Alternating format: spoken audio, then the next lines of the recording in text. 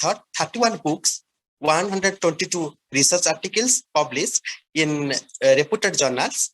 Now he lives the life of a student, even though retired from his service. He is retired from his service, but not from learning. He is an ideal acharya in terms of Indian tradition.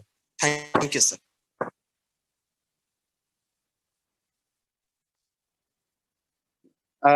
With these introductions, really he needs no introduction because he is one of the icons of Odia and Sanskrit literature of Odisha and abroad, whom perhaps most of the intellectuals know him.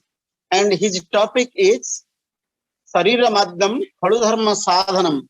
I invite Professor Swain to deliver his lecture. Please, Professor Swain.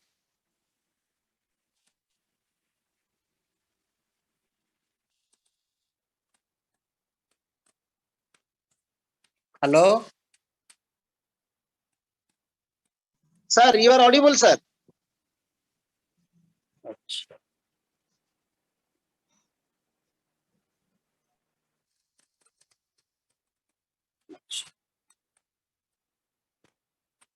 शुभुची मु जा कहूची आज्ञा sir शुभुची video देखा जाउनी विजय तमे भी video टा of कर देछ नहीं sir मु वीडियो ऑन करने मोर बंद अछि केवल माइक हां ठीक अछि सर करो सर वीडियो टा ऑन करंतु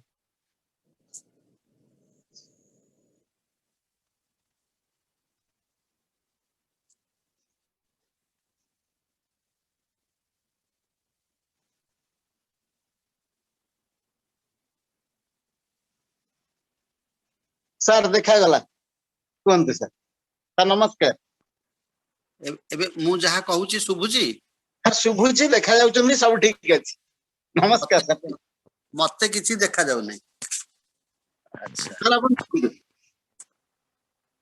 मोर काई किछि आसु नै सर कोनतो अपन सब देखा जाउचंदी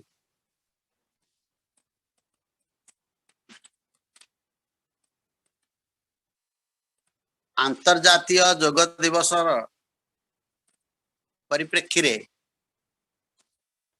उदयनाथ स्वयं शासित विज्ञान वैषयिक महाविद्यालय स्नातकोत्तर दर्शन विभाग पक्षरु आयोजित 2 दिवसीय कार्यक्रम रे मु समस्त को मोर भक्तिपूर्त नमस्कार जनाऊची एई कार्यक्रम रे आपण मानक सहित संपृक्त हेबा पई जो अवसर टी मते प्रति दिया जाइछि सेथि पई मु दर्शन विभाग पक्षरे मोर कृतज्ञता व्यक्त करूची एवं 2 दिन काल आपण मानक सहित संपृक्त रही अनेक गुड़िए तथ्य एवं तत्व एवं तार समिश्रण रे उपलब्ध केते गुड़िए नैसर्गिक विद्या लाभ करिथिबारु मु समस्त को धन्यवाद जनाऊची मु दर्शन विभागर कि दर्शन शास्त्र छात्र नुहे पक्षांतरे मु धर्मर छात्र धर्म सहित दर्शनर संपृक्ति थिबारु बोध हुए आपण माने एई कार्यक्रम रे मोर संप्रति को अनुमोदन करिसंती सेति पई मु समस्त को शुभेच्छा जनाऊची अंतर्जातीय योग दिवस अवसर रे दुईटी प्रसंग एई परिप्रेक्षी रे विचार पई आसे गोटिए हेउची आत्मा गोटिए हेउची शरीर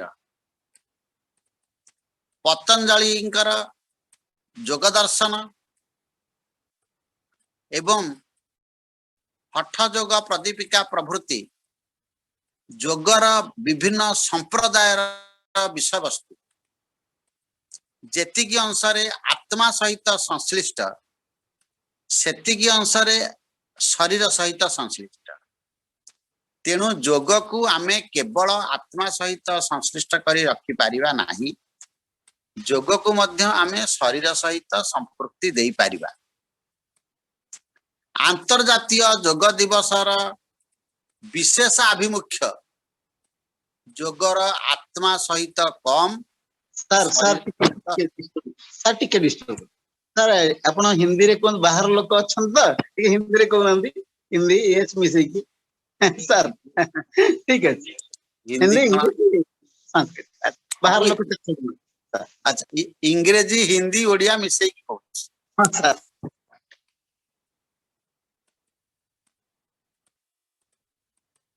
अंतर्जातीय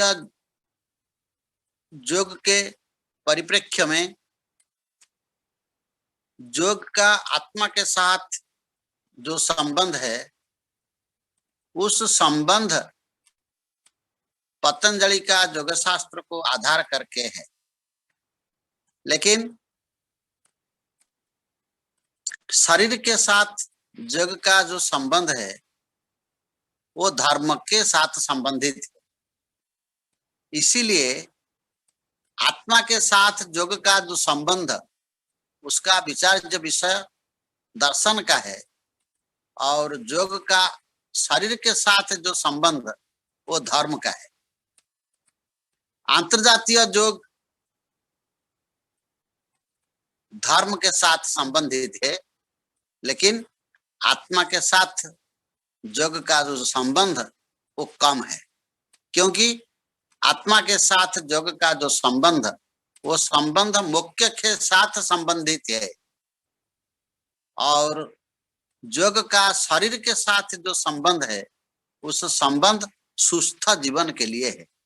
इसीलिए अंतर्जातीय योग सुस्थ जीवन धारा के लिए है, लेकिन मोक्ष के लिए इसका संबंध अत्यंत सीमित है। शरीर के साथ योग का संबंध इसीलिए है, अगर शरीर को हम ठीक नहीं रखेंगे, शरीर को माध्यम करके जो धर्म का अनुष्ठान होता है वो धर्म योग के लिए और योग धर्म के लिए परस्पर निबिड़ संबंधित हो जाते हैं। इसी के हेतु हमको शरीर के लिए योग की उपयोगिता कैसी है इसी को जानना चाहिए और अंतर्जातीय योग परिप्रेक्ष्य में इसी का गुरुत्व सबसे ज्यादा है। हमारा जो शरीर है, शरीर के माध्यम से हमको सुस्थ जीवन लेने के लिए हमारा जो खाद्य भोज्य इसी का योग के साथ कुछ संबंध है। जैसे हम जो अन्न खाते हैं इसकी एक परिणति होती है। अन्न की परिणति रस, रस की परिणति रक्त खून, रक्त की परिणति मांस, मांस की परिणति मेद, मेद की परिणति हड्डी अस्थि, अस्थि की परिणति मज्जा, मज्जा की परिणति शुक्र, शुक्र की परिणति ओज, ओज की परिणति मन और मनस का मनस की परिणति बाक है। मन तक जो प्रगति है, जो परिणति है वो योग के साथ संबंधित है, क्योंकि मन तक शरीर की जो प्रगति है खाद्य से इसी के साथ योग संबंधित है। क्योंकि हम जो अन्न खाते हैं इसी की जो परिणति होती है, परिणति में दो पदार्थ उपलब्ध होते हैं, एक है सार पदार्थ, एक है असार पदार्थ।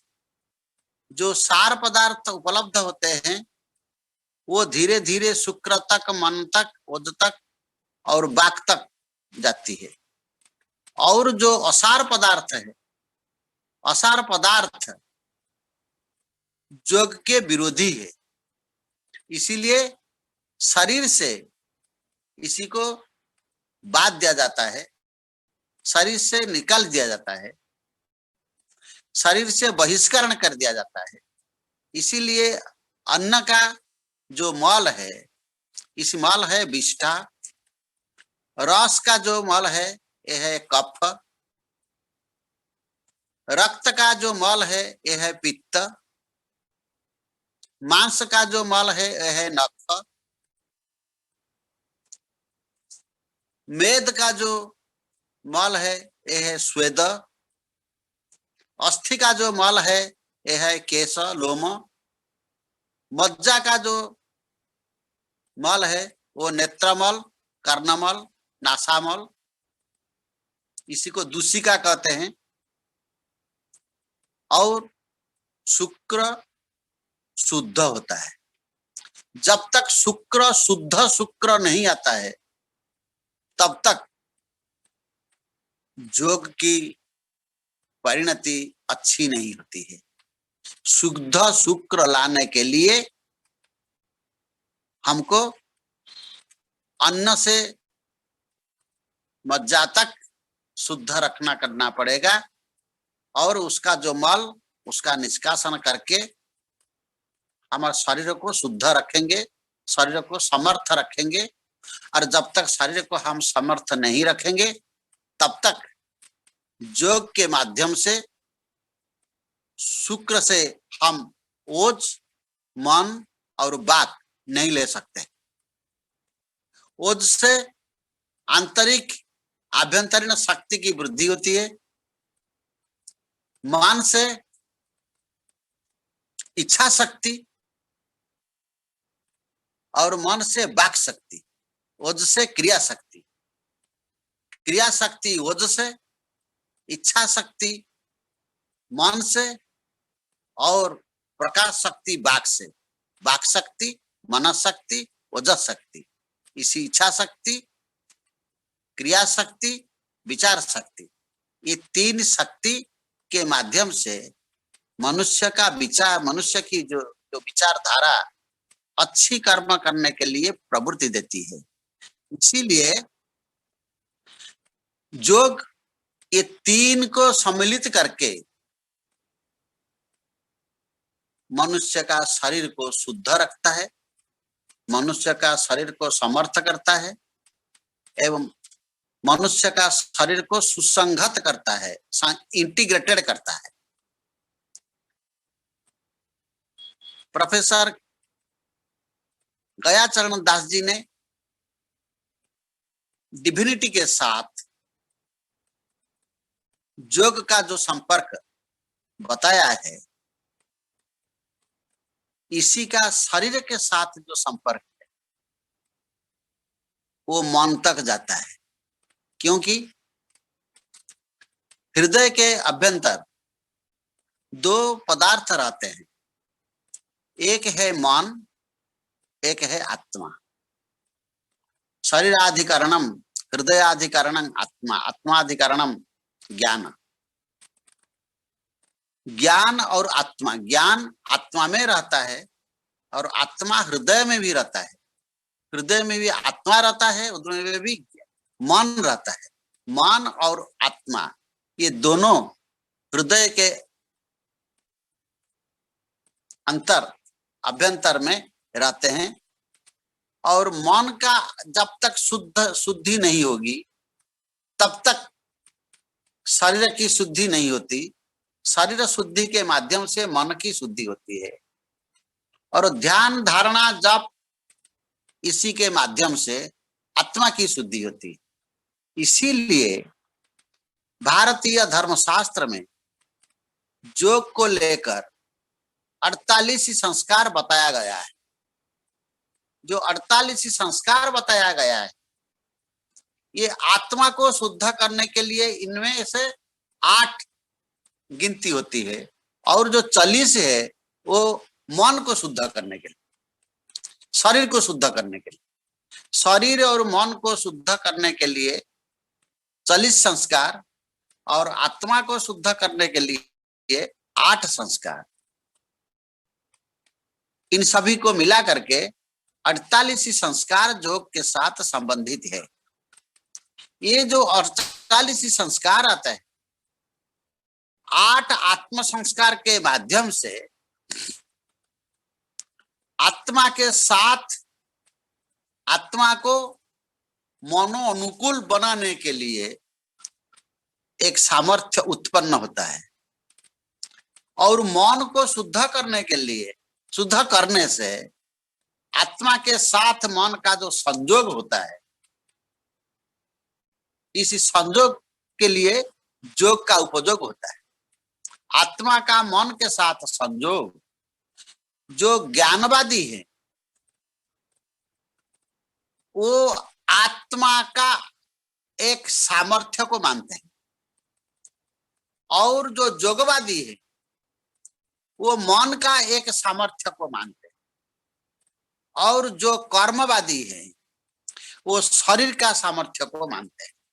कर्मवादी, योगवादी और ज्ञानवादी, ये तीनों को मिला करके योग की एक प्रक्रिया जैसे मोक्ष के लिए है, ऐसे सुस्थ जीवन के लिए भी है।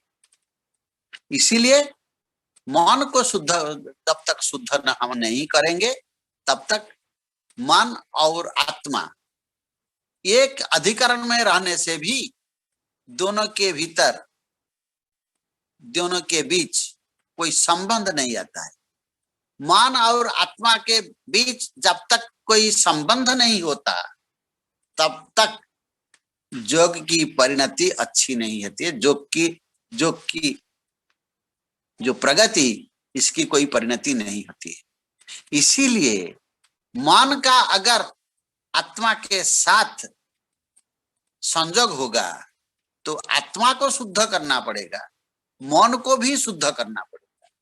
शुद्ध आत्मा शुद्ध मन जब मिल जाएंगे, इसी को ज्ञानवादी कहते हैं मोक्ष। और जब तक मन के तरफ से, आत्मा के ओर से जो प्रगति होती है, इसी को कहते हैं योगवादी, यौगिक प्रक्रिया। और आत्मा से मन के ओर से जो प्रगति होती है, इसको कहते हैं भक्तिवादी। क्योंकि आत्मा जो ईश्वर है, भगवान है, ब्रह्म है, वो भक्त के मन के साथ अपने आप संबंध स्थापित करने के लिए अनुकूल हो जाते हैं। सभी मन के साथ आत्मा का इस अनुकूल्य संयोग के रूप से संभव नहीं है। इसीलिए आत्मा का, ईश्वर का, भगवान का, ब्रह्म का अनुकूल्य लाभ करने के लिए मन का एक योग्यता चाहिए। मन की योग्यता योग के माध्यम से आती। मन की ये जो योग्यता है, सबसे बड़ी जो योग्यता है इच्छा। इच्छा, शुद्ध इच्छा, शुद्ध कामना शक्ति, शुद्ध वांछा। जो शुद्ध वांछा जब तक नहीं रहती तब तक आत्मा का अनुकूल्य संपृक्त नहीं हो सकता। इसीलिए मन को शुद्ध करने के लिए मन सत्येन शुद्ध्यति, सत्य कथन से मन की शुद्धि होती है।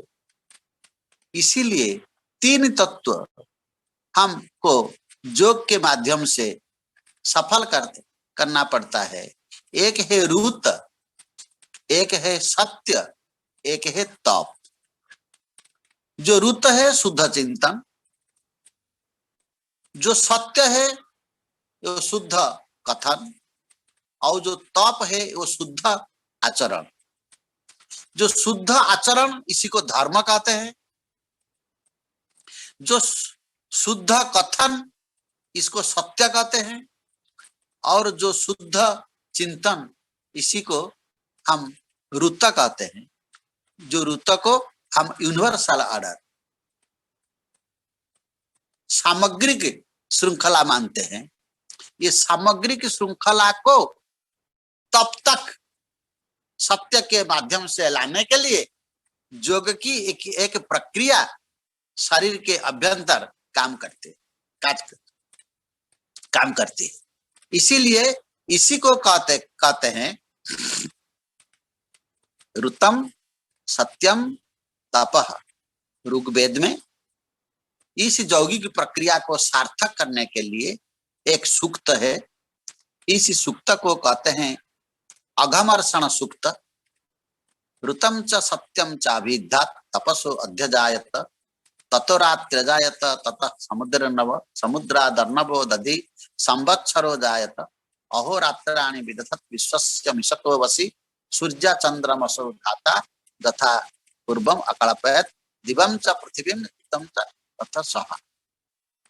ये जो सूक्त है, इस सूक्त का कथन है रुत को सत्य के साथ, सत्य को तप के साथ संबंधित करने के लिए जो यौगिक प्रक्रिया है वो चिंतन से शुरू होते हैं। चिंतन रुत शक्ति से, कथन सत्य शक्ति से, और तप और आचरण तप शक्ति से आते हैं। शरीर माध्यम खल धर्म साधन, क्योंकि धर्म का साधन है शरीर, और इस शरीर के माध्यम से हम तप करते हैं, आचरण करते हैं। तप का अर्थ है आचरण, शुद्ध आचरण। शुद्ध आचरण के लिए हमको शरीर को ठीक रखना पड़ेगा। इसीलिए योग के साथ शरीर का संबंध इसी प्रकार आता है। ये है एक भाग मेरा कथन का। दूसरा है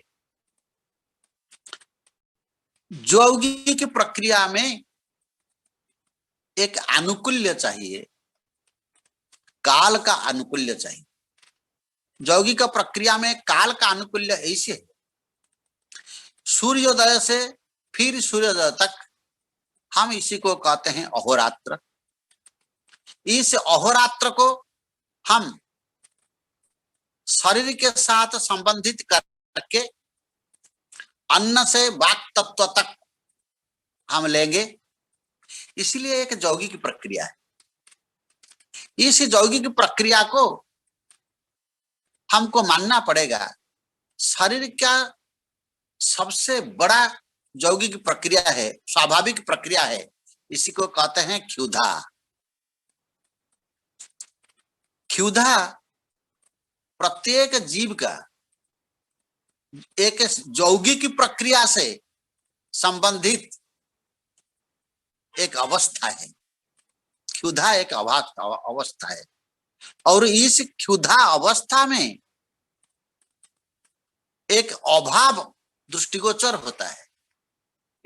इस अभाव को पूर्ण करने के लिए योग की प्रक्रिया है। खाद्य का अभाव से, अन्न का अभाव से हमारी क्षुधा जागृत होती है, और सभी जीव जगत इस क्षुधा से ओतप्रोत है। क्षुधा यौगिक माध्यम प्रक्रिया में एक व्याधि के रूप में माने जाते हैं। क्षुधा एक व्याधि है, और इस व्याधि का निराकरण के लिए कोई दवाई नहीं है, कोई भेषज नहीं है। इसीलिए यौगिक प्रक्रिया में, योग शास्त्र में, हठ योग प्रदीपिका में और दूसरे सांडिल्य भक्ति सूत्र में क्षुधा रूपक एक रोग को शांत करने के लिए कोई दवाई नहीं है। इसीलिए कुछ ना कुछ दवाई हमको लेना पड़ेगा। कुछ काल तक, कुछ समय तक इस रोग की प्रक्रिया, इसी रोग का प्रभाव शांत रहेगा। वो दवाई है अन्न। क्षुधा एक रोग है, अन्न एक उसका दवाई है। इस अन्न निरंतर रूप से हम खाएंगे कि निरंतर रूप से हमको रोग की उपचार करना पड़े। इस अन्न को क्षुधा शांत के लिए, क्षुधा का शमन के लिए विनियोग करना योग की प्राथमिक शारीरिक प्रक्रिया है। खाना खाना योग की प्राथमिक शारीरिक प्रक्रिया है। क्षुधा रूपक रोग का उपशमन के लिए अन्न का विनियोग, ये यौगिक प्रक्रिया में एक शारीरिक वस्तु है। इसीलिए शरीर माध्यम, शरीर को धर्म के लिए, धर्मानुष्ठान के लिए, कर्तव्यानुष्ठान के लिए उपयोग करने का आवश्यकता है। इस उपयोगिता को चरितार्थ करने के लिए हमको अन्न को लेना पड़ेगा, अन्न को ग्रहण करना पड़ेगा। जितना जीव है, सभी जीव का ऐसी रोग है जो क्षुधा रोग। इसीलिए योग शास्त्र में सूर्योदय से सूर्यास्त तक जो दिवा भाग है, दिवा भाग का 4 प्रविभाग किया जाता है। ये 5 प्रविभाग किया जाता है। 5 प्रविभाग करने से एक एक प्रविभाग में शारीरिक विक्रिया के रूप में क्षुधा रूपक रोग सभी जीवों का उत्पन्न होता है। इस 5 प्रविभाग को कहते हैं प्रातः, संगम, मध्याह्न, अपराह्न और सायं। इस 5 काल में 5 प्रक्रिया से, 5 जीव विभाजन से क्षुधा का जागरण होता है। प्रातर वै देवानाम क्षुधा, देवताओं की क्षुधा प्रातः काल में होती है 2 घंटा 24 मिनट तक। यौगिक प्रक्रिया के माध्यम से देवताओं के लिए हमको खाना देना पड़ेगा। इसीलिए प्रातर वै देवानाम, आरण्यक ग्रंथ में देवताओं के लिए यौगिक प्रक्रिया के माध्यम से अन्नदान करना, भोजन दान करना प्रातः काल की उपयोगिता है 2 घंटा 24 मिनट तक। इसीलिए हमको देवताओं को भोजन देने के लिए प्रातः हमको कुछ नित्य कर्म करना पड़ता है, स्नान प्रसाधन कर्म करना पड़ता है। शुद्ध होकर देवताओं को खाना देने के लिए हमको नित्य कर्म करना पड़ता है। और इस देवताओं को खाना देना एक पार्थिव खाना देना नहीं, उसका एक आध्यात्मिक खाना देना। आध्यात्मिक खाना अपना जीवात्मा को परमात्मा के साथ यौगिक प्रक्रिया के माध्यम से, आसन प्राणायाम के माध्यम से संयोजित कर। इसीलिए प्रातः काल सूर्योदय से 2 घंटा 24 मिनट तक हमको परमात्मा के साथ जीवात्मा का जो संयोग, ये है यौगिक प्रक्रिया के माध्यम से पहला अन्न, इसको अध्यात्म अन्न कहते हैं। और जो दूसरा भाग है संगम, जितने मनुष्य भिन्न पशु पक्षी ये सब हैं, उनको द्वितीय भाग में क्षुधा आती है। उनको उनका क्षुधा शांति के लिए अन्न देना पड़ेगा। और जो तीसरा भाग, वो तीसरा भाग में हमको मध्याह्न कहते हैं। माध्यम दिनों वही मनुष्य, मनुष्यों का शरीर में यौगिक प्रक्रिया के माध्यम से, आभ्यंतरीण यौगिक प्रक्रिया के माध्यम से क्षुधा का जागरण होता है मध्याह्न में। इसीलिए मध्याह्न काल में 2 घंटा 24 मिनट के अभ्यंतर हमको खाना खाना पड़ेगा। और जो चौथा भाग इसको हम अपराह्न कहते हैं। अपराह्न में पितरों का क्षुधा का जागरण होता है। पितरों का क्षुधा का जो जागरण, इसी को शांत करने के लिए हमको एक पार्थिव यौगिक प्रक्रिया का सहारा लेना पड़ेगा। इसी को हम कहते हैं श्रद्धा। क्योंकि क्षुधा का जो पुरुष रूप वेद में इसको कहते हैं मन्यु, उसी का जो पत्नी है इसका नाम है श्रद्धा। मन्यु एक पुरुष देवता है, श्रद्धा एक स्त्री देवी है। मन्यु और श्रद्धा ये दोनों का संयोग हमको अपराह्न में करना पड़ेगा यौगिक प्रक्रिया के माध्यम से।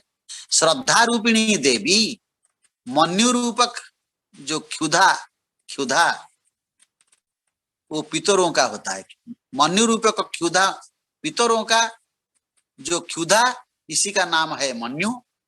इस मन्यु को शांत करने के लिए हमको जो पिंडदान करना पड़ता है श्रद्धा देवी के माध्यम से। श्रद्धा देवी के माध्यम से जब हम मन्यु देव रूपक क्षुधा को हम देंगे, इसीलिए इसी को श्राद्ध कहते हैं। श्रद्धया दीयते, श्रद्धया माने श्रद्धा देवी के साथ इसी को देना पड़ेगा। क्योंकि हमारी परंपरा में, सामाजिक परंपरा में भी अब अभी भी है, जितने वृद्ध लोग, पितृ लोग, उनको जब भोजन हम देंगे श्रद्धा के साथ देंगे। श्रद्धा के साथ देने से उनका मर्यादा, उनका आत्मा संपत्ति, उनका आशीर्वाद, ये सब एकत्र होते हैं। इसीलिए पार्थिव पदार्थ को खाना देने के लिए वृद्धों को और यौगिक प्रक्रिया में श्रद्धा को मनु के साथ संबंधित करने के लिए अपराह्न का विनियोग होता है। और जो पांचवा भाग है, इसी को कहते हैं सायंकाल। सायंकाल में क्षुधा का परिसर आता है। कीट पतंग, कीड़े, सरीसृप, इनका क्षुधा होती है। इनको भोजन देना अर्थात इनके प्रति हिंस्र स्वभाव परिहार करना सबसे बड़ा कर्तव्य है। क्योंकि इस समय जितने सरीसृप हैं, सांप हैं, वृश्चिक हैं, ये सब अपने क्षुधा को शांत करने के लिए बहिर्स्थान में हवा लेते हैं। जो कीट पतंग है वो भी हवा लेते हैं। इसी के प्रति, इनके प्रति शांत होकर हिंस्र भाव परित्याग करके उनका खाना देना पड़े। उनका खाना है वायु, ये सब वायु भक्ष्य है। इसीलिए हमारे शरीर के अभ्यंतर उस समय एक उत्तेजना आती है। दिवा भाग की समाप्ति होती है, रात्रि भाग का आगमन होता है। ये एक संधि स्थल है। इस संधि स्थल में शरीर के अभ्यंतर में जो वायु है, उदरस्थ जो वायु है वो ऊपर जाता है। ऊपर में जो वायु वो अध आता है, निम्न भाग को आता है। ये संधि स्थल है। इसीलिए बहिर्जगत में भी वायु को आधार करके खाते हैं जीव जगत। अभ्यंतर में हम योग प्राणायाम के माध्यम से वायु का संतुलन करते हैं। अतः ये जो वायु का जो संतुलन, ऊर्ध्व वायु को निम्न लाना, निम्न वायु को ऊर्ध्व लाना, और उनको नाभि स्थल में, नाभि से हृदय के माध्यम से इनको समान रूप से रखना, ये एक यौगिक की प्रक्रिया है। इसी को गीता में कहते हैं समत्वम योग उच्यते। नाभि से हृदय, हृदय से नाभि, इसी निर्दिष्ट व्यवधान से हमको वायु को संरक्षित करना, वायु को संयत करना, संयम करना। ऐसे होने से संपूर्ण शरीर सुस्थ रहता है, सक्रिय रहता है, समर्थ रहता है। इसीलिए सायंकाल में इसी को कहा जाता है संधि, संधि से संध्या। और जो रात है, रात्रि भाग है, रात्रि भाग को यौगिक प्रक्रिया से 4 भागों से विभक्त किया जाता है। 4 भागों में जो चौथा भाग है, चौथा भाग का जो प्रथमार्ध है, द्वितीयार्ध है, चतुर्थ रात का चतुर्थ भाग का चौथा भाग का जो प्रथमार्थ है, इसी का नाम है ब्राह्म मुहूर्त। जो द्वितीयार्ध है, दूसरा दिन के लिए प्रस्तुति काल। रात का जो चतुर्थ भाग, प्रथमार्ध भाग, चतुर्थ भाग का प्रथमार्ध भाग को हम ब्राह्म मुहूर्त कहते हैं, और द्वितीय भाग, द्वितीय दिवस का प्रस्तुति काल कहते हैं। संपूर्ण दिवा भाग में हमारे परिवेश में जो वायुमंडल है, सूर्य का किरण के माध्यम से वो तप्त होते हैं, गर्म होते हैं। यौगिक प्रक्रिया ब्रह्मांड के अभ्यंतर इस वायु को हल्का कर देता है, क्योंकि वायु जब गर्म होता है, वायु जब उत्तप्त होता है, वो हल्का हो जाता है। हल्का वायु ऊर्ध्वभाग को ऊर्ध्वगमन करता है, ऊपर जाता है। धीरे धीरे सूर्योदय से मध्याह्न तक सूर्य किरण का उत्ताप से वायु उत्तप्त होकर जब धीरे धीरे ऊपर जाता है, सूर्य मंडल तक जाता है, क्योंकि सूर्य मंडल से उत्ताप आता है, इसीलिए हल्का वायु ऊपर जाता है। जब मध्याह्न से सूर्य का अधगमन शुरू होता है, जब अधगमन शुरू होता है, धीरे धीरे वायु ठंडी होती है। जब वायु ठंडी होता है, सूर्य किरण का लाघव से वायु ठंडी होती है। ठंडी वायु का वजन ज्यादा होता है। वायु धीरे धीरे धीरे सूर्य मंडल से धीरे धीरे भूमंडल तक वायु आता है। जब वो वायु रात भाग में भी ज्यादा ठंडी होकर ब्राह्म मुहूर्त में, रात का चौथा भाग का प्रथमार्ध में भूमंडल का स्पर्श करता है, उस समय नभोमंडल में, सूर्य मंडल से भूमंडल तक, नभोमंडल में एक वायवीय संयोग होता है। इसी को हम कहते हैं ब्रह्मार्पण। इसी को हम ब्रह्मार्पणम ब्रह्म अभी, जिसको हम गीता में कहते हैं, इसको हम ब्रह्मार्पण कहते हैं। नभोमंडल के माध्यम से सूर्य मंडल से भूमंडल तक जो वायु परिव्याप्त होते हैं, इस वायु को हम कहते हैं विष्णु पदामृत। योग शास्त्र में, आयुर्वेद में इसको विष्णु पदामृत कहते हैं। विष्णु पदामृत का विष्णुपद नभोमंडल, इसी में अमृत जो सूर्य मंडल से भूमंडल तक परिव्याप्त होते हैं, इसको अमृत कहते हैं। विष्णु पद के माध्यम से जो अमृत आते हैं भूमंडल तक, इस विष्णु पदामृत को हम सांप्रतिक परिभाषा में कहते हैं ऑक्सीजन, अम्लजान। इस ऑक्सीजन को हम अमृत कहते हैं। अमृत कोई तरल पदार्थ नहीं है, द्रव्य नहीं है, लिक्विड मैटर नहीं है। अमृत है एक वायवीय पदार्थ, जिसी का यौगिक प्रक्रिया के माध्यम से पान किया जाता है। यौगिक प्रक्रिया के बिना विष्णु पदामृत का पान संभव नहीं होता है। इसीलिए शरीर को समर्थ रखने के लिए, शरीर को सुस्थ रखने के लिए, शरीर को संयत करके इस विष्णु पदामृत को लाभ करना मनुष्य के लिए सबसे बड़ा आवश्यक है। ब्राह्म मुहूर्त के समय इस विष्णु पदामृत ऑक्सीजन सूर्य मंडल से भूमंडल तक नभोमंडल माध्यम से संपूर्ण रूप से परिव्याप्त होते हैं। इस परिव्याप्त होने से हमारे जो अंतरात्मा हृदय में है, बाहर में जो परमात्मा है, वो परमात्मा के साथ जीवात्मा का, जीवात्मा के साथ परमात्मा का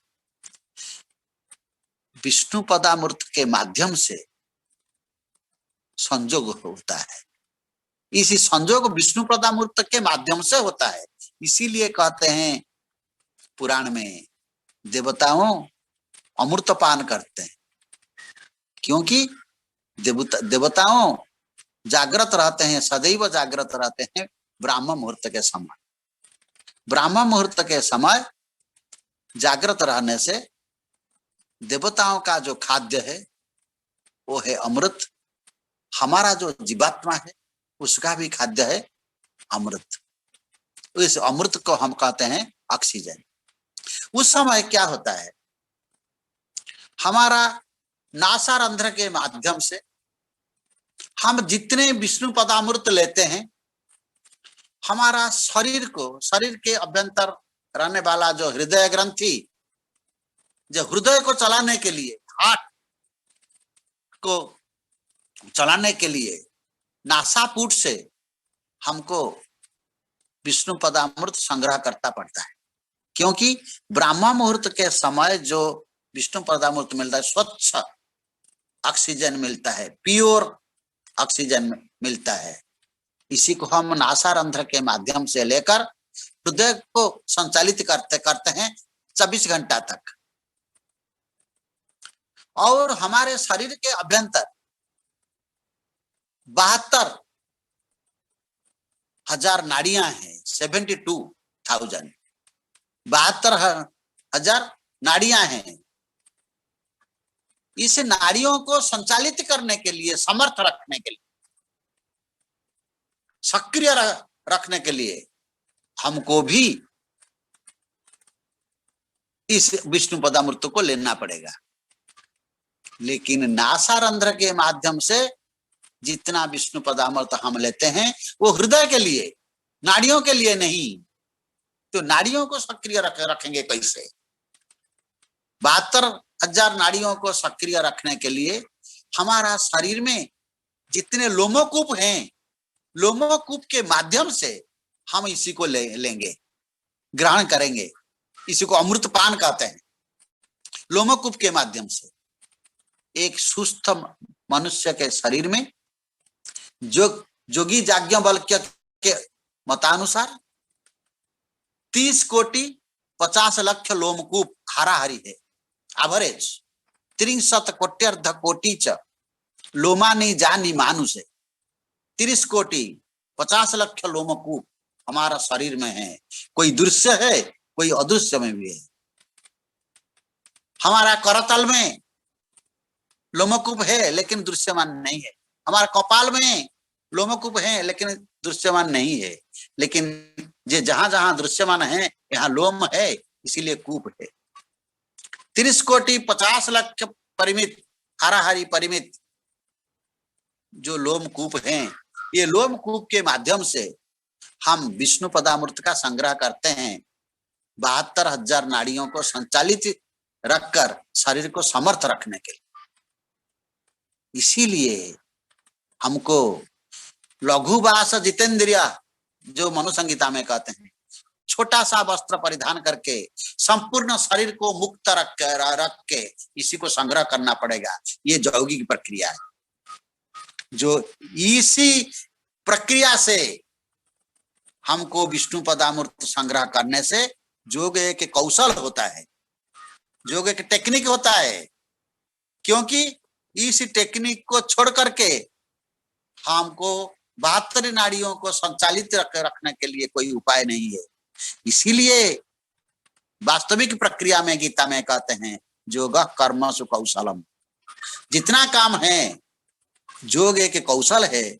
क्योंकि 72 नाड़ियों को संचालित करने के लिए बहिर्मंडल से जो विष्णु पदामृत को हम संग्रह करेंगे, ये एक टेक्निक है। इस टेक्निक के लिए कितना सा आसन है, कितना साधन है, इस साधन को सब उपयोग करें।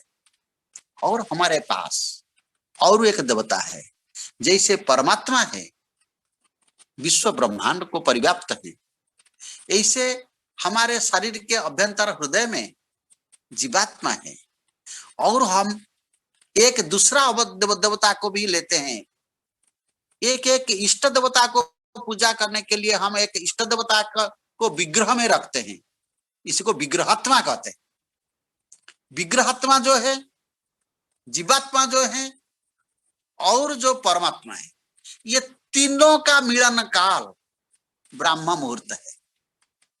भगवान जगन्नाथ जी, भगवान लिंगराज जी, कितने कितने देव मंदिर हैं, इसमें जो विग्रह हैं, देव विग्रह हैं, उसके भीतर हमारी इष्ट देवता का आत्मा है, वो विग्रह आत्मा है।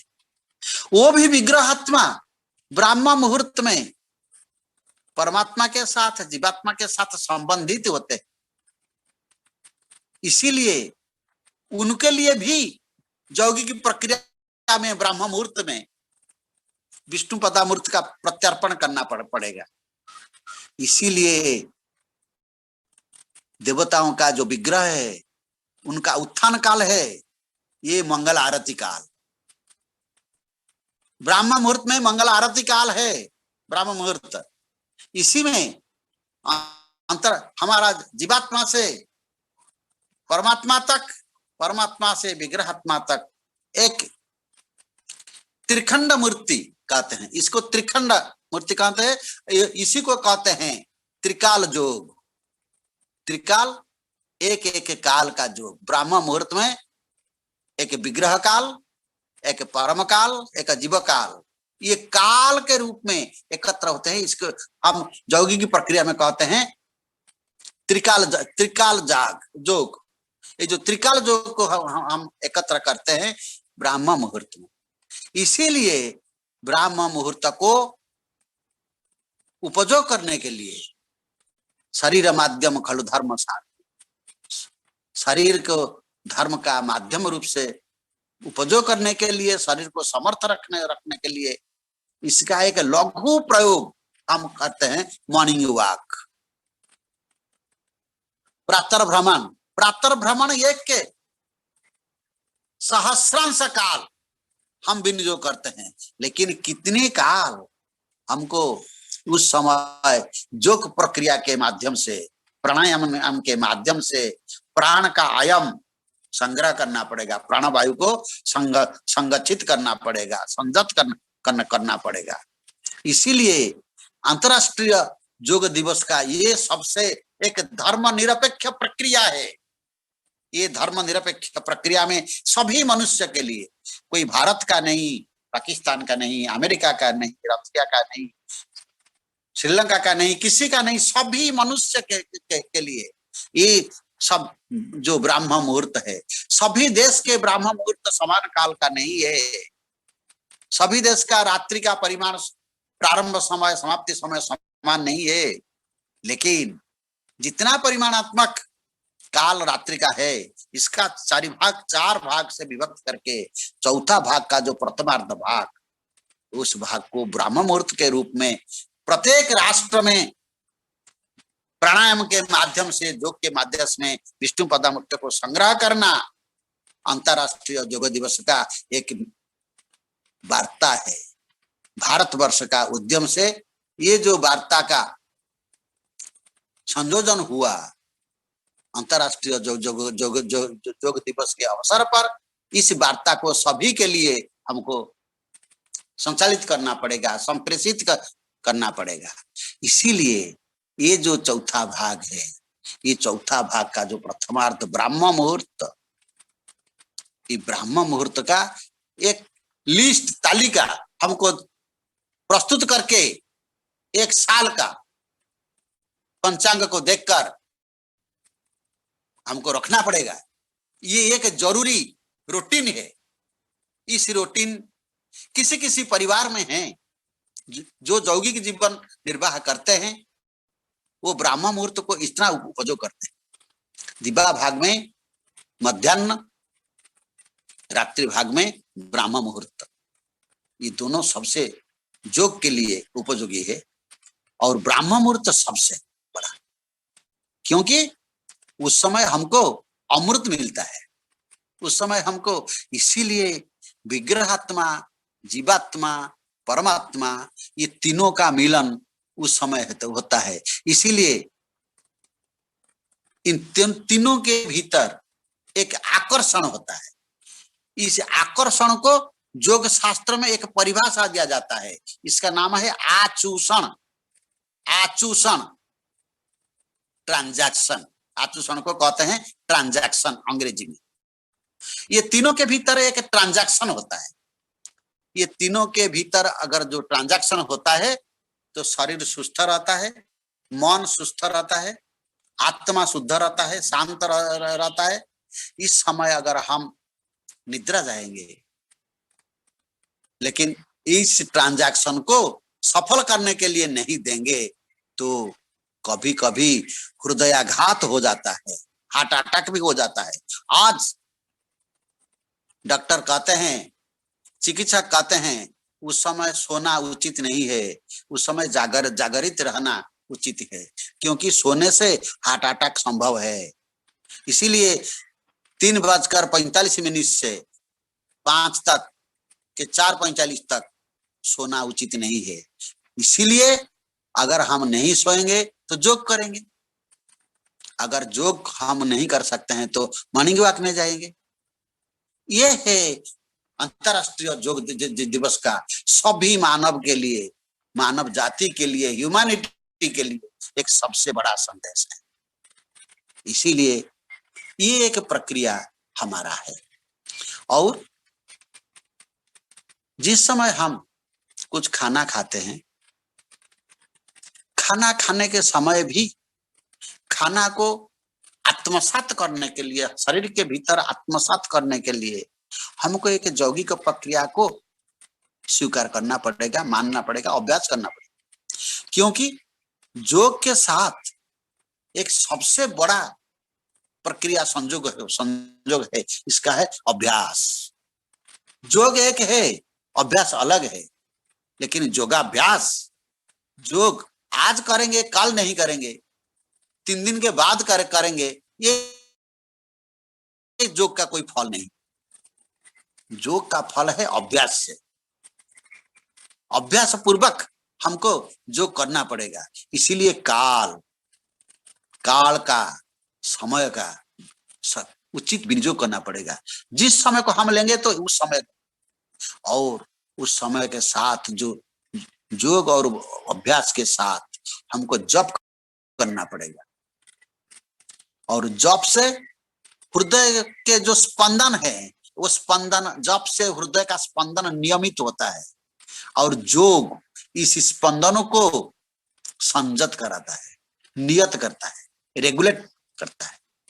जप के माध्यम से योग के प्रक्रिया को लेकर हृदय का जो स्पंदन, वो स्पंदन नियमित रहता है, हार्टबीट नियमित रहता है। यौगिक प्रक्रिया मनुष्य का हृदय स्पंदन को संयत करता है, हृदय स्पंदन को नियत करता है, हृदय स्पंदन को नियमित करता है। और ब्राह्म मुहूर्त से सूर्योदय तक हमको सक्रिय रहना पड़ेगा। उस समय हमको प्रसाधन कर्म करना पड़ेगा, स्नान प्रसाधन काम करके हमको सक्रिय रहना पड़ेगा। और सूर्योदय से गायत्री का जप, ब्राह्म मुहूर्त में योग, ब्राह्म मुहूर्त के द्वितीयार्ध में, चतुर्भाग का द्वितीयार्ध में क्रिया, और सूर्योदय से जप। सूर्योदय से जो जप होता है उस समय हृदय का जो स्पंदन और हमारा जप का जो मंत्र, वाक शक्ति और वाक शक्ति, कृत शक्ति, ये दोनों के भीतर एक संतुलन होता है। इसी संतुलन को नियत करता है सूर्योदय से उपजात जो उषा काल के बाद जो सूर्य का किरण होता है, जो सूर्य का जो किरण होता है, इस किरण हमारा बुद्धि का विकास करता है। हमारा जो मन, ब्रह्म मुहूर्त में मन का विकास, ब्रह्म मुहूर्त के अनंतर वाक का विकास और क्रिया का विकास, और सूर्योदय से हमारा सूर्य किरण से हमारा बुद्धि का विकास। और जो बुद्धि का विकास होता है सूर्योदय से, सूर्य किरण से, बुद्धि का विकास के साथ मन का विकास योग के माध्यम से, क्रिया के माध्यम से और वाक के माध्यम से, इसीलिए बुद्धि का विकास होता है। इसीलिए सूर्योदय का समय सारा दिन हमको कैसे काम करना पड़ेगा, हमको निर्णय लेना पड़ेगा, हमको एक निष्पत्ति करना पड़ेगा। इसीलिए धियो जो न प्रचोदयात तत्सवितुर्वरेण्यं भर्गो देवस्य धीमहि धियो जो न प्रचोदयात। बुद्धि शक्ति का, मन शक्ति, बुद्धि शक्ति, वाक शक्ति, तीन शक्ति का स्फुरण योग के माध्यम से इसी प्रकार हमारा शरीर को समर्थ करने के लिए, संयत करने के लिए, उपयुक्त करने के लिए है, जिसके माध्यम से हमको सारा जीवन, प्रतिदिन के माध्यम से सारा जीवन काम करने के लिए, काम करके हमको परमात्मा के साथ संबंधित होना, विग्रहात्मा के साथ संबंधित होना, जीवात्मा के साथ संबंधित होना जीवन का एक लक्ष्य होता है।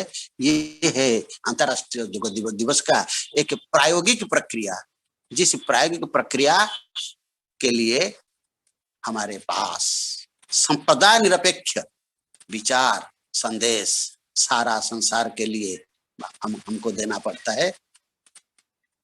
इसी प्रकार कुछ आपके पास मेरा विचार को उपस्थापित करके मैं मेरा वाणी को विराम देता हूं, और मेरा विचार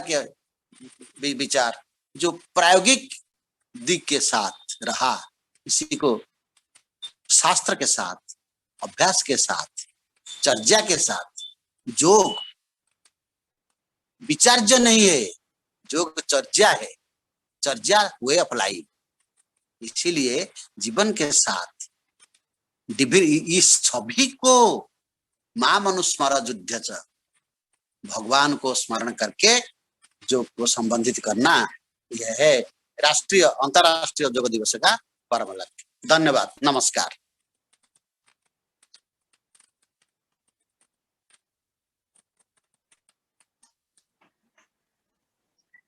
hello, Thank you, brother sir, that you have presented well. And yoga is not for any sect, not for any territory, definite territory. It is for all the human being. It is for the human being, by the human being, and of the human being. To make one more active and to have unity with others, to have that sort of feeling with the universal consciousness, one needs to do certain yogic or yoga practices. These practices makes one mentally, physically, and vitally active. It vibrates one's energy and provides us to act more perfectly with universal consciousness. And I am also thankful to Professor Swain for his interpretation of the concepts in terms of our everyday work of life. How our everyday work of life can be a better one, which proves that Sharira Madhyam Khalu Dharma Sadhanam, if we do not prepare, if we do not keep our body and mind fit for the work, then no good works, no works for the upliftment of the society can be accomplished. And very the words, for example, like Samatvam Yoga Uchyate, Vishnu Padamrita, Yoga Karmashu Kaushalam. All these words have been interpreted by Professor Swami in a different way in terms of what we say karma kanda, or in terms of Patanjali Yoga Darshan. Very, very beautifully he has explained it, and it is very comprehensive. And very one point he has pointed out that it is secular. It is secular. It transcends all the geographical territory, psychical boundary, and climatic conditions. Wherever there is man, he has to take the climatic conditions, physical conditions into account and act accordingly. Wherever he or she may be in whatever condition, that condition is to be taken into account, and practices must be there to make one physically, mentally fit for it, fit for a universal unity, to have that sort of consciousness. With these words, I again, once again, from the Department of Philosophy and on behalf of the college, extend my heartfelt thanks to Professor Swami for his enlightened speech and elaborate, lucid presentation. Thank you, sir, for your nice presentation. Now, it is a question hour session. May I request our madams who are in charge of question moderators, Srimati Charulata Das and Srimati Binita Kar, to manage the session. If any questions in the chat box, they may ask, or if there is no question, then they may request the participants to unmute their microphone and raise the question for two speakers. Okay. Yes, over to Charulata Das and Binita.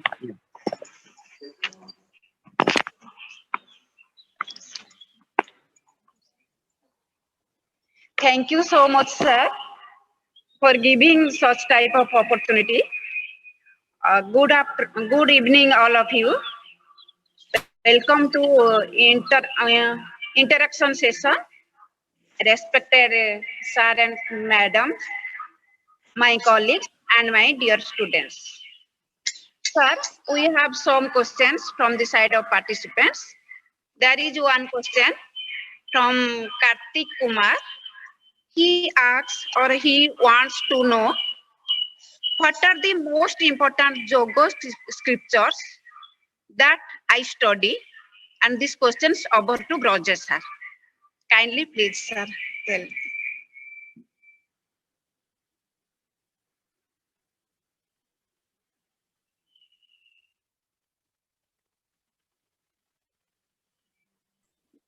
Sir, please unmute your mic.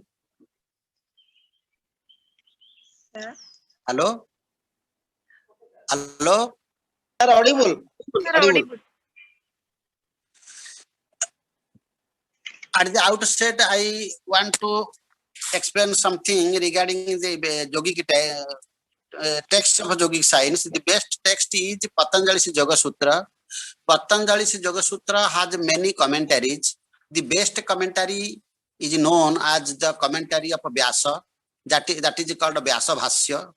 It has a very, very lucid English translation by Bengali Baba. It is published by Motilal Banarasi Das. We can collect from Delhi, Motilal Banarasi Das. Second one is Hatha Yoga Pradipika.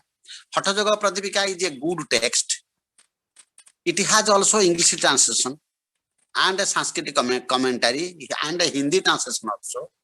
It is the best text is published by Adyar Library Research Center, Chennai. We can have it. And by Chaukhamba Sanskrit series, we have a number of editions of Patanjali's Yoga Sutra, and we have also Sandilya Yoga Sutra, and we have also Narada Bhakti Sutra and its yogic interpretation.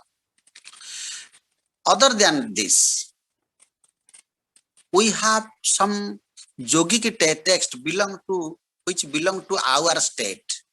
That's the Panchasakha literature. In the Panchasakha literature, we have many yogic texts. They are called Pinda Brahmanda Sanghita. Pinda Brahmanda Sanghita is a very good text of Achyutananda. We can have it. And there are some Haridas Siddhanta Bagis, very good commentary on Patanjali's Yoga Sutra published by Calcutta University, and many other texts. We can, if in our library, in our college library, we have some good texts with many translations, not only Sanskrit but only English translation. And we do not have such much translation of Hindi, but we have some good translations of English. And Ramakrishna Mission has published many yogic texts. And Munger Yogic Pratishthan, Munger School. And we have also some texts published by Arya Samaj of Meerut and Ramakrishna Mission of Belur, and some other texts published by Ascetic Society of Bengal, Ascetic Society of Bombay. Thank you.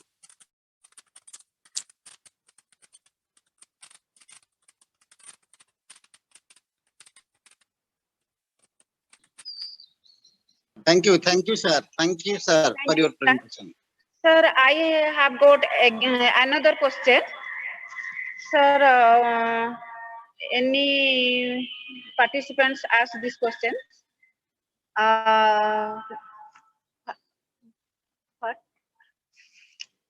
What are the relation? What is the impact of yoga apart from the body? Sir, this. What are the importance of yoga comes in soul?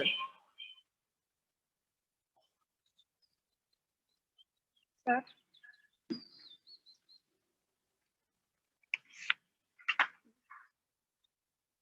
Sir, question is, what is the relationship between soul and yoga? What is the relationship between soul and yoga?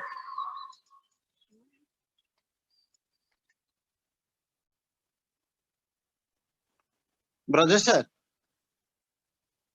question to you. Oh, I am explaining. Hello? Hello? Yes, sir. Yes, sir. Sir, go on, sir. Am I audible? Yes, sir. Audible, sir. Yoga Chitta Vritti Nirodha. I have already explained in my last lecture that Atma and Mana, mind and soul, consecutively reside in the heart.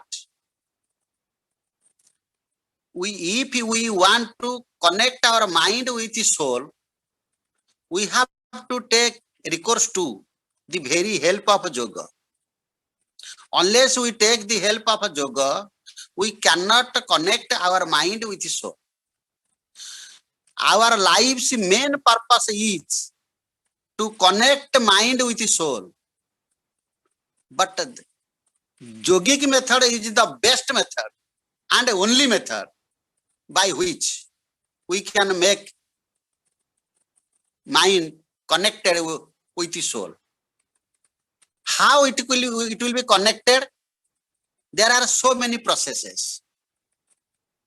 First, we have to make our mind pure.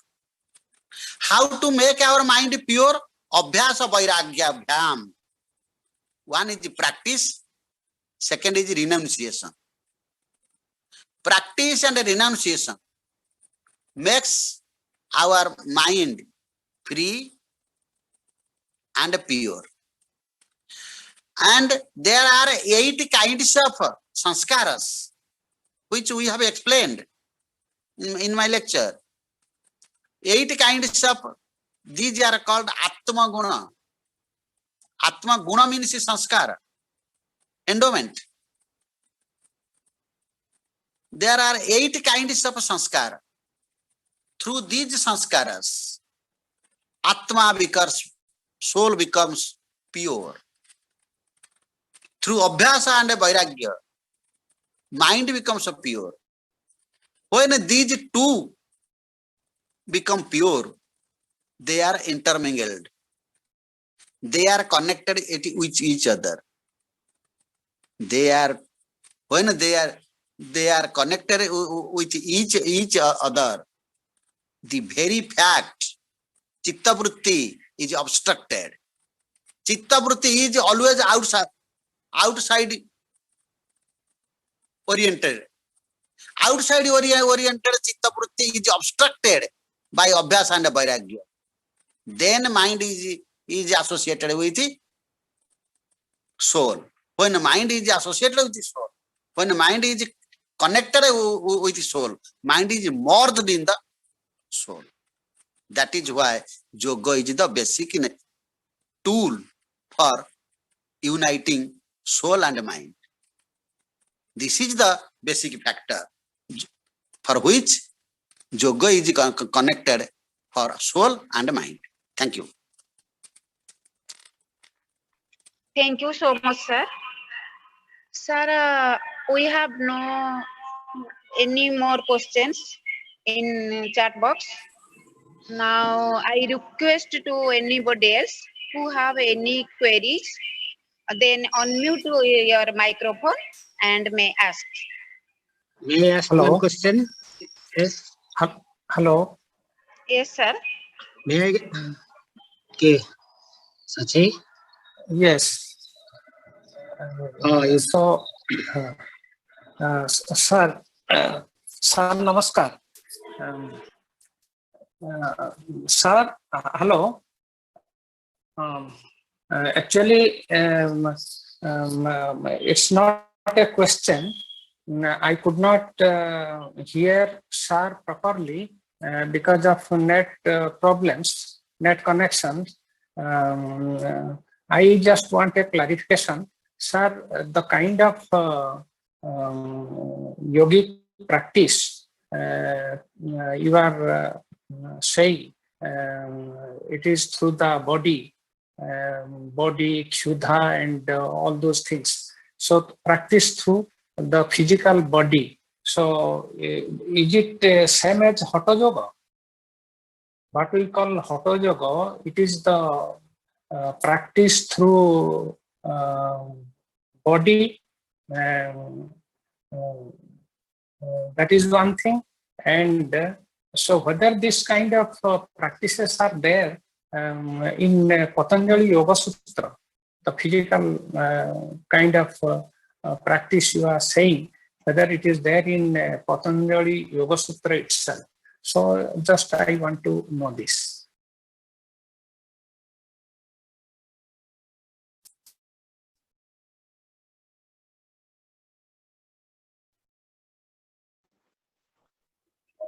Sir, please unmute yourself. It is not audible. Sir, you are not audible. Sir, microphone unmute karandu. Brother sir, unmute karandu. Kolibra, Honi. Hello sir, kun. Sir, audible, sir. My mobile does not require any yoga. Actually, asanas are required for body, and dhyana, dharana, and there are 8 kinds of yogas. They are connected with Atma. Ashtanga yogas are connected with Atma, and asana pranayamas are connected with body. If collectively we utilize these, then our body will be very much eligible for getting mind connected with soul. This is the first factor. Second factor is our mind is a very subtle one. I explained this matter in my last lecture that mind is manufactured and it comes through stage by stage from anna to back. Therefore, our food habit, our food structure, and our food quantum and food variety are also required for mind formation.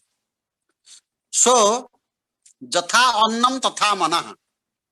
There is a yogic line. Jatha annam tatha manah. As our the very factor of anna makes the very factor of mind. Therefore, anna is connected with it and our way of life. Our way of life is called vihara, and our food is called ahara. Ahara vihara bhyam yoga sutti. Ahara and vihara. Way of life means maintenance of time, maintenance of quantum, maintenance of variety. This is the way of life. Vihara and ahara. Ahara and vihara are both connected with each other. Hatha yoga pradipika and some text like that, they explain many matter in another way. They maintain mana to be connected with Sarira. But Patanjali connects mana with Atma. Hatha Yoga Pradipika tries to connect mana with body, and Patanjali tries to connect mana with soul. On the whole, we have to unite these three: body, mind, and soul. If we collectively unite them, then our yoga will be fulfilled. By body, we will work. By mind, we will desire. By soul, we would have intuition or feeling.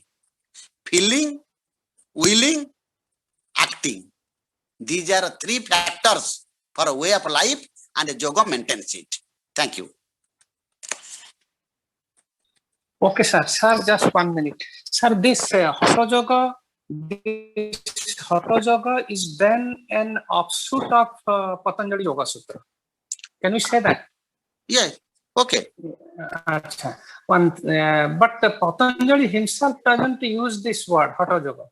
No. Patanjali, during Patanjali's time, the very word Hatha was not used. Hatha Yoga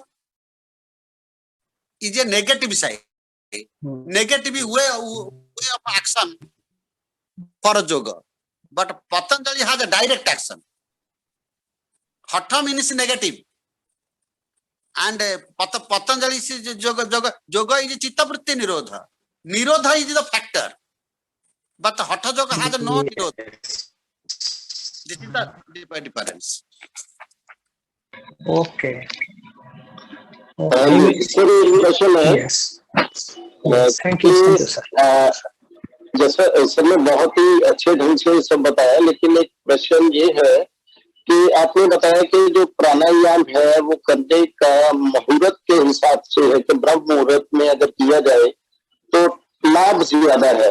पर आजकल जैसे metros में बहुत busy schedule है और कई बार night duties भी होती है लोगों की, तो क्या जो योग है, अष्टांग योग है, अगर वो ब्रह्म मुहूर्त में वो सब कुछ ना हो, मीन्स उसका जो आसन वाला पार्ट है, यम नियम और जो दूसरी चीजें हैं वो तो चलिए एटीट्यूड से है, आदतों से संबंधित है, मन को परिवर्तित करने के बारे में है, वो तो ठीक है, लेकिन जो प्राणायाम और आसन है, क्या इनके लिए एक निश्चित मुहूर्त होना ही आवश्यक है, या अदरवाइज भी जैसे बहुत बिजी शेड्यूल होता है, कई बार नाइट ड्यूटी भी होती है, क्या तब भी इसका लाभ हो सकता है या नहीं? ठीक है, लेकिन हमको एक कुछ मिनिमम क्वांटम को स्वीकार करना पड़ेगा। बिल्कुल स्वीकार करेगा नहीं ऐसा नहीं। देखिएगा कितना मार्ग है, कितना आसन है, सभी आसन हमारे लिए उपयोगी नहीं है। हमारा बॉडी, हमारा माइंड, हमारा एनवायरनमेंट, हमारा वे ऑफ लाइफ, इसी को जैसा आसन हमारे लिए संभव है हम लेंगे। और इसके साथ हमको देखना पड़ेगा सभी आसन सभी के लिए नहीं है, इसी के साथ रोग का भी संबंध है। जैसे एक भ्रामरी है, एक भ्रामरी प्राणायाम है, और एक कपालभाति है। जो हृदरोगी है ये कपालभाति उनके लिए नहीं है।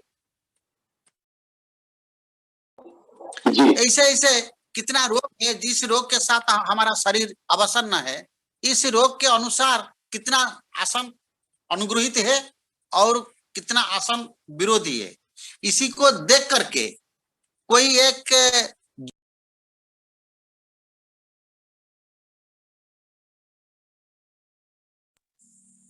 लेना पड़ेगा। सभी आसन को और सभी प्रक्रिया को हम नहीं लेंगे। कौन सी प्रक्रिया हमारे लिए उपयुक्त है और हमारे लिए संभव है और हमारे सामर्थ्य के अनुकूल है और हमारे परिवेश के अनुकूल है, और इसको विचार करके कोई एक योगिक शिक्षक के सहायता से हमको लेना पड़ेगा। पहले हमारे देश में एक पारिवारिक, एक कौटुंबिक की व्यवस्था थी। पिताजी जानते थे, दादाजी जानते थे, वो अभ्यस्त थे, वो पोता पोती को अभ्यस्त कराते थे। अब तो इस स्थिति नहीं है हमारा, इसीलिए हमको लेना पड़ेगा। कोई किताब को देखकर हम लोग योग नहीं कर सकते हैं और किताब की व्याख्या को देखकर हम नहीं कर सकते हैं, क्योंकि योग ऐसे एक प्रैक्टिकल साइंस है। इसी के लिए एक शिक्षक के माध्यम से, किताब को पढ़कर भी शिक्षक के माध्यम से हमको प्रैक्टिस करना पड़ेगा। Thank you. धन्यवाद, बहुत सही।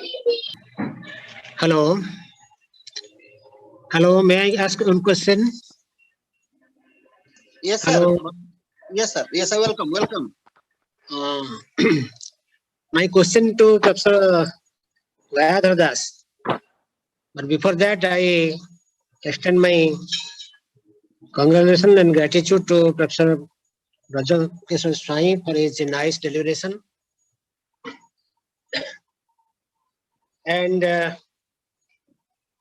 if Gayadhar Das is there, my question is not a question, just a very simple elaboration that he has talked about Tantra Yoga. But Tantra Yoga, I think it is a new term. I have never heard this term, Tantra Yoga. I just request him to give a clarification on it, Tantra Yoga. And another contest, he has also pointed out that the supramental state or supramental mind, that is, he has pointed out, is just like a sun, which have been explained in his Upanishad.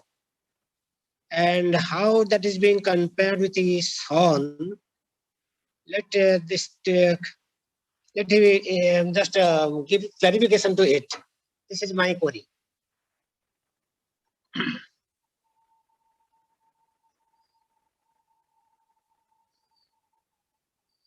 Hello. Hello. Sir, Professor Gayadhar Das is not with us. अच्छा, One अच्छा. of left. ठीक है, no problem, no problem. We shall Okay, talk sir. with him. I shall talk with him later on. Okay. Okay. Okay. Now we are at the verge of our webinar, but before that, we have participants within Odisha and outside Odisha, as it is a national webinar. For the last 2 days, we have been listening, we have been contemplating it, reflecting it upon these topics. May I now request Professor Narayan Mohanty to give his comments for these 2 days celebrations of International Yoga Day. Dr. Mohanty, please.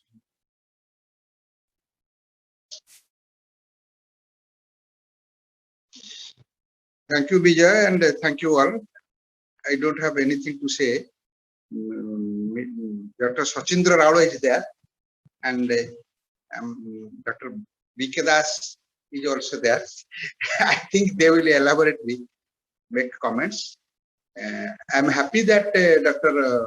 Gayadhar Das, before coming to the subject, clearly mentioned the life history of Yogi Sri Aurobindo, and he said that integral yoga integrates East and the West. It integrates spirituality and spiritualism and materialism. Integral yoga makes human divinity, makes human divine. Thank you, Dr. Das, for the paper. And what I would say regarding Dr. Swain's paper, I'm happy that he explained with proof that yoga is not confined to any sampradaya, but yoga is open to whole of humanity. Similarly, he said that Pratham Murta is pious, not for this nation or that nation, for this sampradaya or that sampradaya, but it is pious for all. Really, I'm happy to hear that yoga is not confined to any nation or any sampradaya. Thank you, sir. ଆମେ ମାନେ ସମସ୍ତେ କହିବା ଅପ୍ରାସଙ୍ଗିକ ହେବ ନାହିଁ ଯେ ଜାଣିଛେ professor Shriramchandra Das ରାଜନୀତି ବିଜ୍ଞାନର ଜଣେ ପ୍ରବୀଣ ପ୍ରଫେସର ଥିଲେ, କିନ୍ତୁ ତାଙ୍କ ପରେ ସେଇ ରାଜନୀତି ବିଜ୍ଞାନ କ୍ଷେତ୍ରରେ ଆଉ କାହାର ସ୍ଥାନ ଆସିବ ତା ଖୋଜିଲା ବେଳକୁ ଆମେ କିଛି ତାର ସିଦ୍ଧାନ୍ତରେ ପହଞ୍ଚି ପାରୁନି।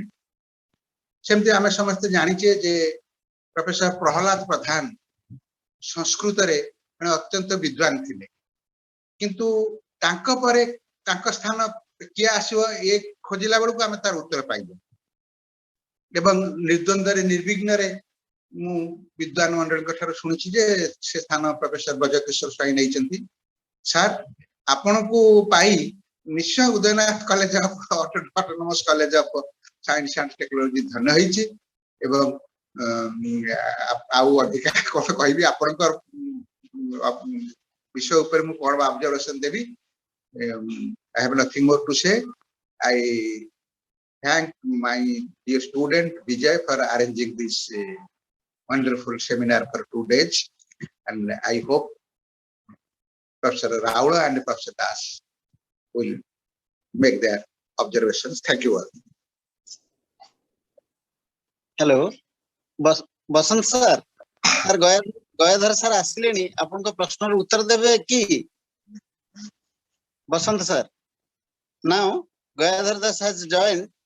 Do you want that you should answer your question? How Tantra Yoga is associated with or incorporated? Please listen. Already the session has already been started, and it is not be well to answer the question here. Okay, sir. Okay, thank you. Okay. We shall Now, discuss later on. I shall personal consult with him. thank you. Now, may I request Dr. Basant Das to make his comments for last 2 days webinar on the occasion of International Day of Yoga. Professor Das, please. Thanks to Vijay and all the participants present here, respected Raja sir and Narayana sir and those who are connected with this webinar. Since last 2 days I am here, but last day for the last 35 minutes I was disconnected. Anyway, on this day, that is International Yoga Day, that which have been celebrated in 2 days in this college, definitely it is praiseworthy, and all these scholars, they have deliberated on yoga from different aspects. Professor Sarath Panigrahi, he has highlighted the concept of yoga in the Bhagavad Gita, and in his deliberation he has also pointed out clearly that yoga is to be understood in 2 different senses. One is in a core sense and other is in the peripheral sense. In the core sense, yoga refers to the realization or the freedom, that is mukti or moksha, when one becomes one with the absolute. Yoga means union between jiva and parama, and that yoga therefore in its core sense refers to this union between finite and infinite. But in peripheral sense, yoga therefore can be used as a means, and therefore yoga here is both means and end. As a means, therefore we are using this jnana yoga, karma yoga, bhakti yoga, which are different independent means to attain the same goal, that is yoga. And therefore, particularly taking Gita's aspect into account, he has tried to explain this yoga and all the different type of yogas which are being described in Gita. He has also pointed out that is all the 18 chapters, they're all different yogas, and that is also in peripheral sense. Therefore, our thought, action, speech, everything, that is one sort of yoga, and that's why we get the definition of yoga, the concept of yoga in Gita as samattam yoga uchyate, that is the evenness of mind. Unless your mind takes everything in its proper perspective, and therefore cannot realize the truth. Similarly, karmeshu kushalam, yoga karmeshu kushalam, that is the skill in action, that unless or until you develop the skill, which has also been discussed by Professor Swaying, and that therefore in all different aspects that one has to realize what is yoga, and therefore skillfully he has to regulate his activities both in speech and mind, and then only he can reach out the goal, that is the ultimate goal. This is his observation, and this has very clearly has explained. Coming then to Professor Narayana Mahanti, he has deliberated on Patanjali Yoga.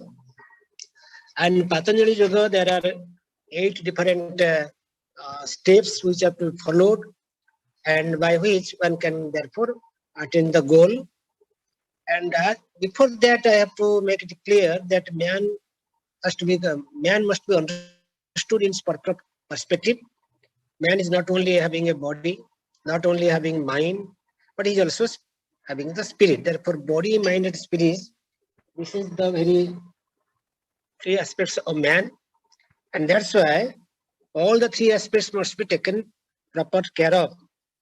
And out of these 8 steps which have been, that yoga there is described as Chitta Vritti Nirodha, Chitta Vritti, that the different, that is the Vritti, the modification of Chitta has to be controlled. And that is the whole thing that is described in detail in Patanjali Yoga, which are also been discussed by different speakers. And mostly, as I pointed out, that this Yama and Niyama, which are most often overlooked, and that is that it gives importance on the ethical aspect or the realization of the self. That is most often are neglected, and all other aspects, particularly asana pranayama, that is being given importance.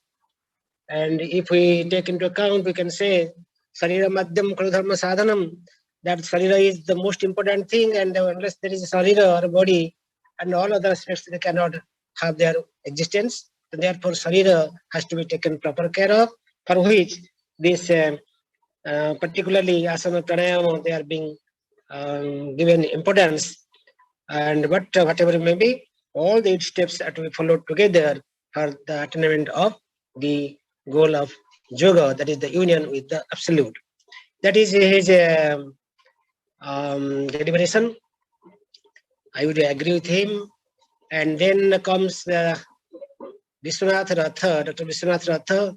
He has also deliberated on yoga. Particularly, he has pointed out the different problems which we now face, particularly of our lifestyle. And therefore, the stress, strain, all these are therefore contribution of our irregular lifestyle, irregular life. And that's why he mostly has given much more importance on the practice of yoga, giving importance on this asana and pranayama, and also he has given certain demonstrations of this asana, pranayama, and all the things. And coming from today's deliberation, that Professor Gayadhar Das, he has given a very clear deliberation on or Sri Aurobindo's philosophy in the context of that of the integral yoga. And integral yoga therefore enables one to become one with the absolute by integrating all the different aspects of the of man, that is by both body, mind, and spirit, all they are get integrated, so that therefore one becomes one with the absolute. And that is therefore very clearly and distinctly as described. Then coming to Professor Rajaswami, that he has mostly very nicely he has deliberated on this. The topic was Sarira Madhyam Kala Dharma Sadhanam, that for undertaking any sort of dharma means any sort of activities, and therefore first of all the body must be taken proper care of. And therefore he has given all the descriptions, taking that body, spirit, mind, and spirit, all they must be integrated also.